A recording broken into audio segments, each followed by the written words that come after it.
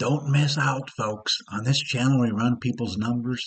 The spreadsheets we use can greatly help you with your planning. Check out over 500 videos that we've made using people's numbers. Plus, I would love to run your numbers. What in the world are we talking about? We set up spreadsheets and we use returns for the last 100 years, returns that have actually happened, and we simply project ahead what future returns might do. These are the returns for the S&P 500. So let's go ahead and give you a case scenario.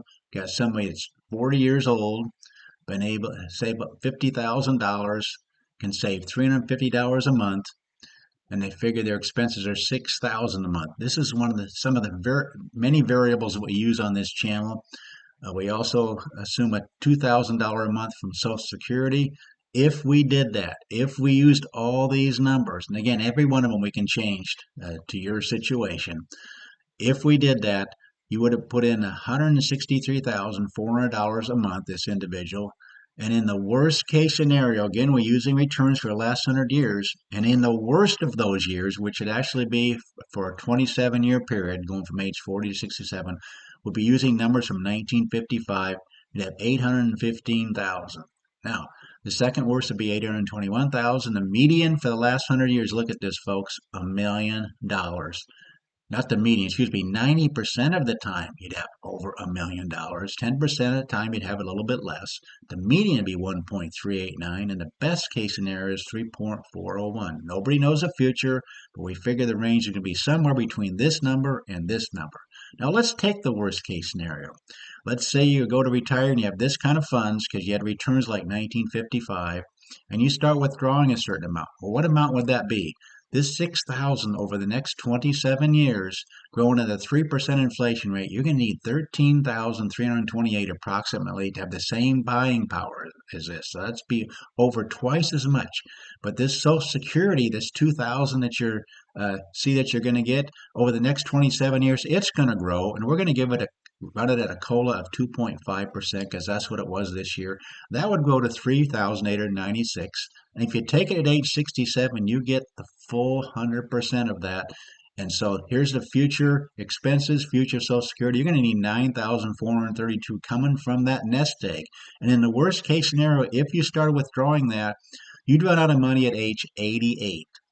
Second worst, using 1956 number, you'd have 821,000. You run out of money at age 91. And I like to use this column right here. This blue column shows you what you would have 90% of the time. You'd have at least these sums 90% of the time. And your money would last till at least age 96, 90% of the time. Now, obviously, 10% of the time, your money would run out at age 96 or earlier. But what could you do differently? Again, we can change any of these numbers. What happens if you want to retire at age 65? You don't want to wait till age 67. Now these ages are getting somewhat problematic. You're running out of money at these earlier ages. Why? Because you only have 25 years for these sums to accumulate. But what could you do maybe a little bit differently? Let's say you just increase that $350 a month by 3% a year. Watch how these numbers in this row right here change as soon as I hit enter. Now your money lasts until age 88, 90% of the time. What happens if you're not comfortable with that? Well, we could change. Maybe you just would need $5,800 a month instead of $6,000 a month. Watch how that changes everything. Now your money's lasting until age 90, so we see how that could help. Maybe $5,500. I'm just kind of showing you some of the variables, how important they really are. If you only need $5,500, your money's going to last till age 94. But let's stay with the $6,000. What else could we change? What happens if you save $400 a month instead of $350 a month? Again, we're kind of keying on this number right here. That's when your money would run out, or it lasts to at least 88, 90% of the time, but you would run out of money at age 88, 10% of the time. Again, these are the worst case scenarios. So you see how this works? $4 a month. Now it's lasting until age 91, 90% of the time. How about $450 a month?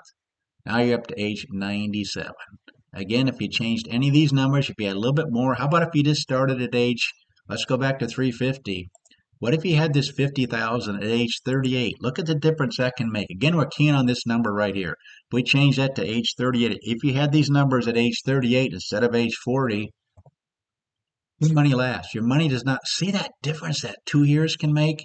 If you can get to 50,000 a couple years earlier and have these kind of numbers, your money would not run out 90% of the time, and even in the two worst case scenarios, your money will last till age 92 and 94. See the importance of trying to get to these kind of amounts as early as you can. And again, 38 years old, this is if you wanted to go at age 65. If you wanted to go at age 67, your money would last all the way through. 66, last all the way through, except the worst case scenario. We just looked at 65. How about if you want to go at age 64?